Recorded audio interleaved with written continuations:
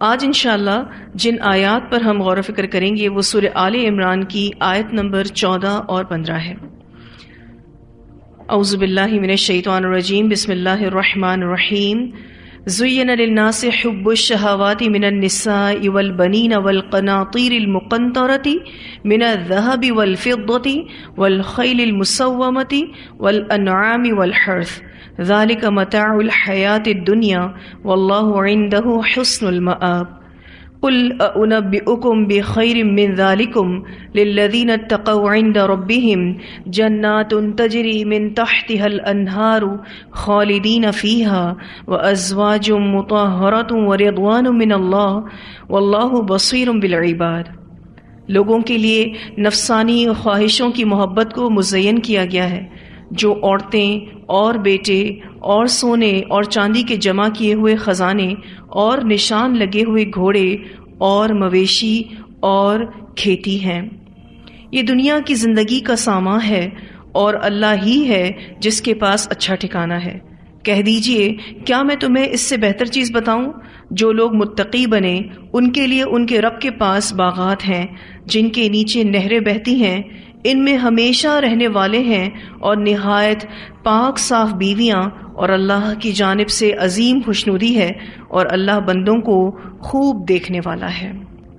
اللہ تعالیٰ نے آیت نمبر 14 میں فرمایا کہ ان چیزوں کی محبت انسان کے دل میں ڈالی گئی ہے۔ زینا کا جو لفظ ہے اس کا معنی ہوتا ہے آراستہ کرنا، کسی چیز کا دل میں اٹک جانا، اور شہوت کا معنی طلب ہے۔ اور یہاں جو الفاظ استعمال ہوئے ہیں حب الشہواتی، یعنی جو چیزیں انسان کو مرغوب ہیں اس کی محبت کی یہاں بات ہو رہی ہے۔ جن چیزوں کی محبت اللہ تعالیٰ نے ڈالی ہے اس میں عورت، بچے، سونا اور چاندی، پھر اسی طرح سے عمدہ اصیل گھوڑے، یعنی بہت ویل ٹرینڈ گھوڑے، بہت خوبصورت گھوڑے، اسی طرح سے انعام جس میں ساری قسم انعام کیا جاتی ہے، آل ٹائپس آف کیٹل، اور اسی طرح سے کھیتیاں یعنی لینڈز، پراپرٹیز وغیرہ۔ اللہ سبحانہ تعالیٰ نے اس پاورفل ورس میں فرمایا کہ اللہ نے ان چیزوں کو انسان کے لیے خوبصورت بنایا ہے۔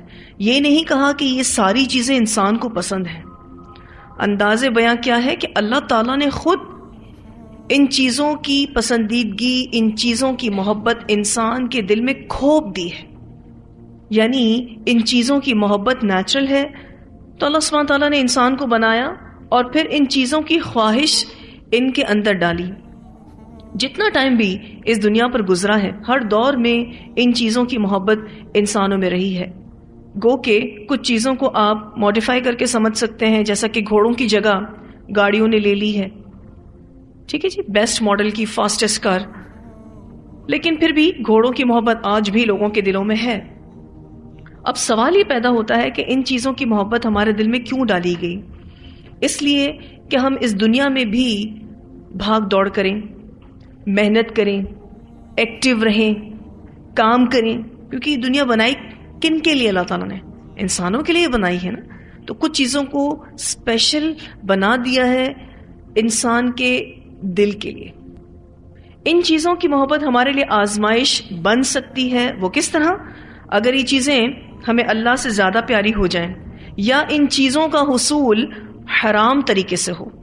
یہ تمام چیزیں اور ان سے محبت جائز ہے، یعنی ان سے محبت حلال ہے، لیکن اس بات کو ذہن میں رکھنا ہے کہ یہ وقتی خوشیاں ہیں، ان کی خواہش رکھنا غلط نہیں ہے، لیکن ان نعمتوں کا حصول حلال طریقے سے ہونا چاہیے۔ اگر کوئی اسے حرام طریقے سے حاصل کرے تو یہ غلط اور ناجائز ہوگا۔ اللہ تعالیٰ نے ان چیزوں کی محبت ہمارے دل میں ڈال کر ہمیں آزمایا ہے۔ ہمیں ان محبتوں میں بھی اعتدال سے رہنا ہے۔ فطری خواہش کے لیے نکاح کرنا اور اسی طرح سے اولاد کی خواہش کرنا، یہ سب فطری ہے، نیچرل ہے اور جائز بھی ہے، لیکن اولاد اور بیوی فتنہ بھی ہے۔ جہاں یہ پسندیدہ ہیں اور ان کا حصول بھی جائز ہے، وہاں یہ آزمائش بھی ہے۔ اللہ سبحانہ تعالیٰ سورۃ التغابن آیت نمبر 15 میں فرماتے ہیں انما اموالکم و اولادکم فتنۃ واللہ عندہ اجر عظیم۔ بے شک تمہارے اموال، تمہاری اولاد فتنہ ہیں، تمہارے لیے آزمائش ہیں، اور اللہ کے پاس اجر عظیم ہے۔ اسی طرح سورۃ الکہف کی آیت نمبر 46 میں اللہ سبحانہ تعالیٰ فرماتے ہیں المال والبنون زینۃ الحیات الدنیا والباقیات الصالحات خیر عند ربک ثوابا وخیر املا۔ یہ مال اور یہ بیٹے، اور مفسرین کہتے ہیں کہ یہاں پر بنون سے مراد فیملیز ہیں۔ یہ کیا ہے؟ اس دنیا کی زینت ہے۔ Money and family are the beautification of this world, اس دنیا کی زینت ہے۔ لیکن پھر آگے اللہ سبحانہ تعالیٰ فرماتے ہیں والباقیات الصالحات، باقی رہنے والی نیکیاں خیر بہتر ہیں عند ربک ثوابا وخیر املا، تیرے رب کے ہاں ثواب میں بہتر اور امید کے اعتبار سے زیادہ اچھی ہیں۔ تو جن چیزوں کی محبت فطرت میں ڈالی گئی ہے اس کی ممانعت نہیں ہے، لیکن ان نعمتوں کی قدردانی کرنی ہے، اس کا صحیح استعمال کرنا ہے، اور انہی نعمتوں کے ذریعے آخرت کو حاصل کرنا ہے۔ پھر ان تمام چیزوں کا ذکر کر کے اللہ سبحانہ تعالیٰ فرماتے ہیں کہ یہ دنیا کی زندگی کا سامان ہے، ذالک متاع الحیات الدنیا، یہ سب ٹیمپرری پلیجرز ہیں، سارے کے سارے وقتی رونقیں ہیں، اور اللہ کے پاس اچھا لوٹنے کا ٹھکانہ ہے۔ اینی ہاؤ ہم سب نے اپنے جو ہائر گول ہے اس کو نہیں بھولنا، جس کا ذکر اللہ سبحانہ تعالیٰ اگلی آیت میں کرتے ہیں کہ کیا میں تمہیں اس سے بہتر بتاؤں؟ اور اس سے بہتر چیزیں کیا بتائی گئیں؟ جنت، اور یہ تو پرماننٹ ہے، اسی طرح سے پاکیزہ بیویاں اور اللہ کی رضا۔ ٹاپ آف دا لسٹ اگر کوئی نعمت ہے تو وہ اللہ کی رضا ہے۔ اللہ سبحانہ تعالیٰ فرماتے ہیں وَرِضْوَانٌ مِّنَ اللَّهِ، اور اللہ کا راضی ہو جانا، اس سے بڑی کیا نعمت ہے؟ اس سے بڑی تو کوئی نعمت ہی نہیں ہے۔ یہ ساری نعمتیں اور اس کے علاوہ اور بھی بہت سی نعمتیں تمہیں وہاں جنت میں ملیں گی، لیکن وہاں یہ نعمتیں ہمیشہ کے لیے ہوں گی۔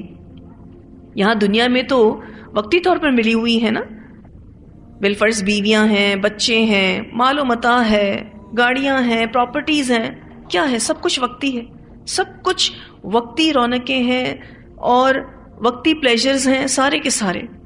وہاں جنت میں ان نعمتوں کا کوئی شر بھی نہیں ہوگا اور نہ ان سے جڑی کوئی تکلیف ہوگی، لیکن یہاں دنیا میں ان نعمتوں کے ساتھ شر بھی چھپا ہے اور ان نعمتوں کے ساتھ تکلیف بھی جڑی ہے، جبکہ ان نعمتوں کا فائدہ بھی ہے، ان نعمتوں کا لطف بھی ہے۔